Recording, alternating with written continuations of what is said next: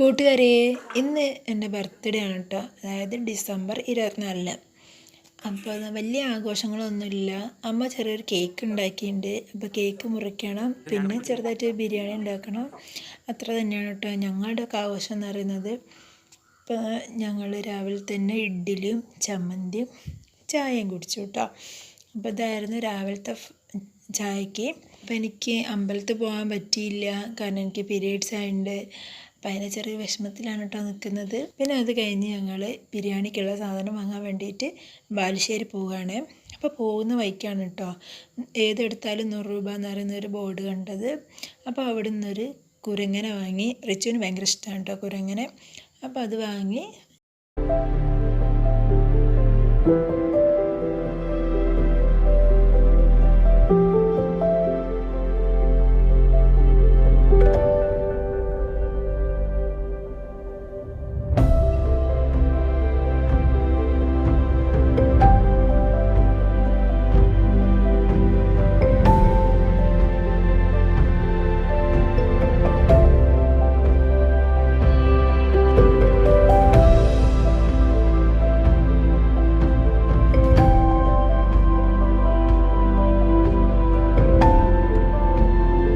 വാങ്ങി വീട്ടിലെത്തിട്ടോ. അപ്പോൾ ഞങ്ങൾ ബിരിയാണിക്കുള്ള ഒരുക്കങ്ങൾ തയ്യാറാക്കുകയാണ്. അപ്പോൾ ഏട്ടനാണ് കേട്ടോ ബിരിയാണി ഉണ്ടാക്കുന്നത്. ഏട്ടൻ അടിപൊളിയായിട്ട് ബിരിയാണിയൊക്കെ ഉണ്ടാക്കും. അപ്പോൾ ഞാനും അമ്മയൊക്കെയാണ് ഹെൽപ്പ് ചെയ്യുന്നത്. അപ്പോൾ ഇതാ അടുപ്പത്തു നിന്നാണ് കേട്ടോ ബിരിയാണി ഉണ്ടാക്കുന്നത്. അപ്പോൾ ഞങ്ങൾ ബിരിയാണിയൊക്കെ ഉണ്ടാക്കി.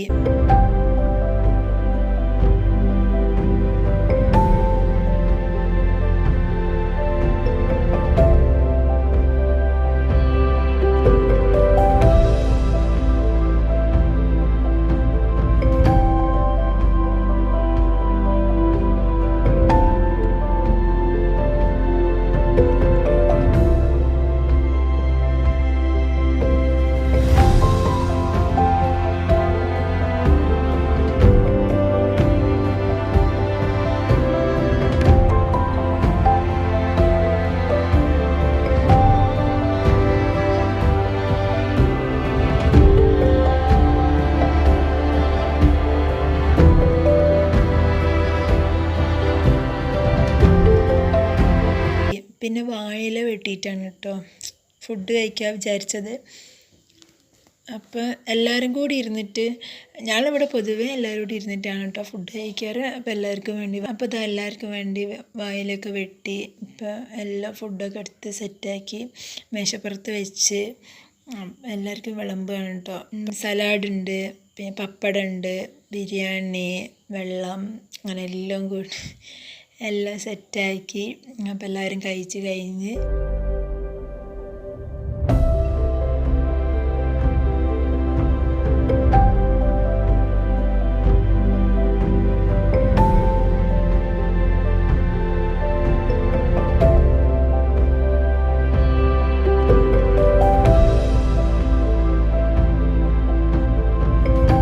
പിന്നെ ഒരു വൈകുന്നേരമൊക്കെ ആയപ്പോഴാണ് കേട്ടോ കേക്ക് മുറിച്ചത്.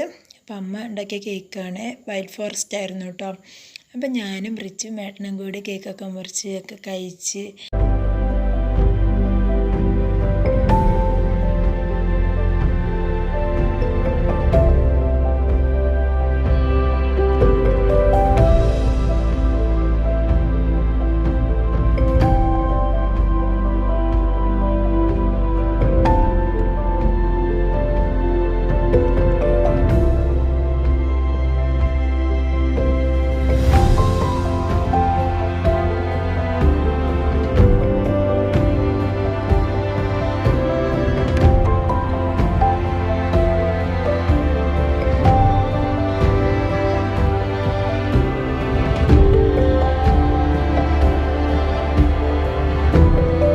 പിന്നെ അത് കഴിഞ്ഞ് ഞങ്ങൾ രാത്രി ഫുഡ് കഴിച്ചു കേട്ടോ. വേറെ ആഘോഷമൊന്നുമില്ല, ആരെയും വിളിച്ചില്ല, ഞങ്ങൾ വീട്ടുകാർ മാത്രമാണ് ഉള്ളത്.